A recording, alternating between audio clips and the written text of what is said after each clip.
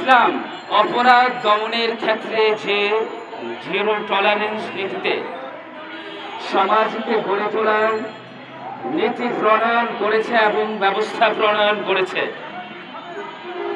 ইসলামী দণ্ডবিধির মাধ্যমে সমাজকে অপরাধ মুক্ত করার যে চমৎকার ব্যবস্থা ইসলাম দিয়েছে, পৃথিবীর কোন তন্ত্র মন্ত্র এবং প্রশাসনিক কোন ব্যবস্থা, পৃথিবীর মানব রচিত কোন দণ্ডবিধির মাধ্যমে সমাজকে, দেশকে, রাষ্ট্রকে, মানুষকে, মানবতাকে এভাবে অপরাধ মুক্ত করার কোন ব্যবস্থা আজও পর্যন্ত কোন রাষ্ট্রযন্ত্র যেভাবে দিতে পারেনি, সামনে হাজার বছরের মধ্যে এভাবে সমাজকে অপরাধ মুক্ত করার কোন গ্যারান্টি মানব রচিত কোন ব্যবস্থার প্রশাসনিক নীতিমালা দিতে পারবে না।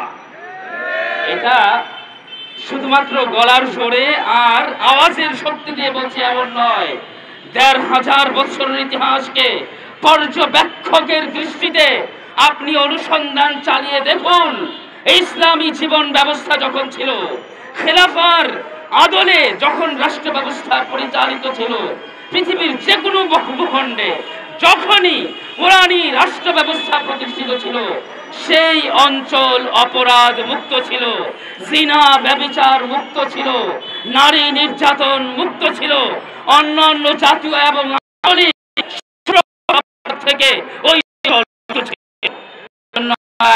ছোট্ট করে যদি এখন অনুরোধ জানাই, আমির বাংলাদেশ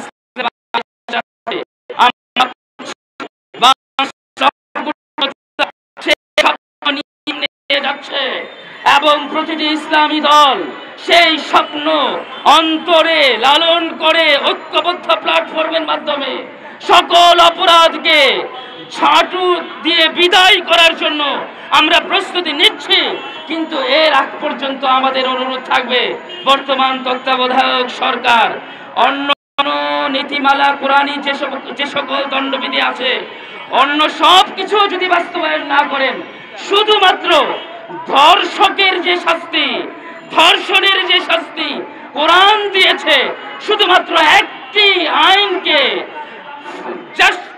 চেক করার জন্য প্রকাশ্যে একটি আইনকে বাস্তবায়ন করুন। ইনশাআল্লাহ ১ মাসের মধ্যে দেশ দর্শন থেকে এবং এ জাতীয় নিকৃষ্ট অপরাধ থেকে মুক্ত হয়ে যাবে ইনশাআল্লাহ।